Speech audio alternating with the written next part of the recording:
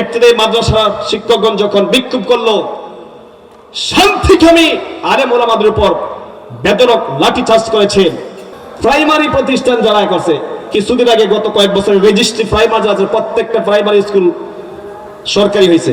কিন্তু আমাদের দেশে অনেক আলেম ওলামাগণ যারা জাতির শ্রেষ্ঠ সন্তান, জাতির লাভবান, ইবতিদায়ী মাদ্রাসা চাকরি করতে করতে কবে হবে কবে হবে কবে হবে আশায় থাকতে থাকতে জীবন যৌবন সব শেষ করে ফেললো।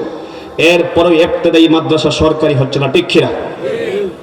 এই ক্ষেত্রে আমি বলতে চাই, ইবতিদায়ী মাদ্রাসার উপর যে সরকার যারা আসছে, যারা গেছে, যারা আসছে এই পর্যন্ত ক্ষমতায় যারা পালাবদল করেছে, প্রত্যেকটা করার জন্য আমরা দাঁড়িয়ে যাচ্ছি, ঠিক কিনা?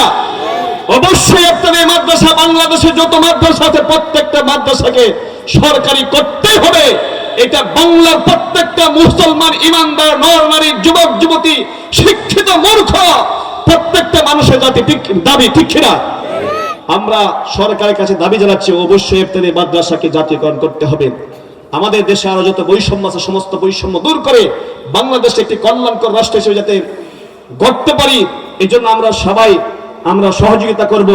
আল্লাহ তাআলার কাছে দোয়া করছি, আল্লাহ রাব্বুল আলামিন আমাদের সবাইকে আমি সরকারিকরণ দাবিতে ইবতিদায়ী মাদ্রাসার শিক্ষকগণ যখন বিক্ষোভ করলো, শান্তিকামী আলেম ওলামাদের উপর বেধড়ক লাঠিচার্জ করেছে। তাদের উপর কি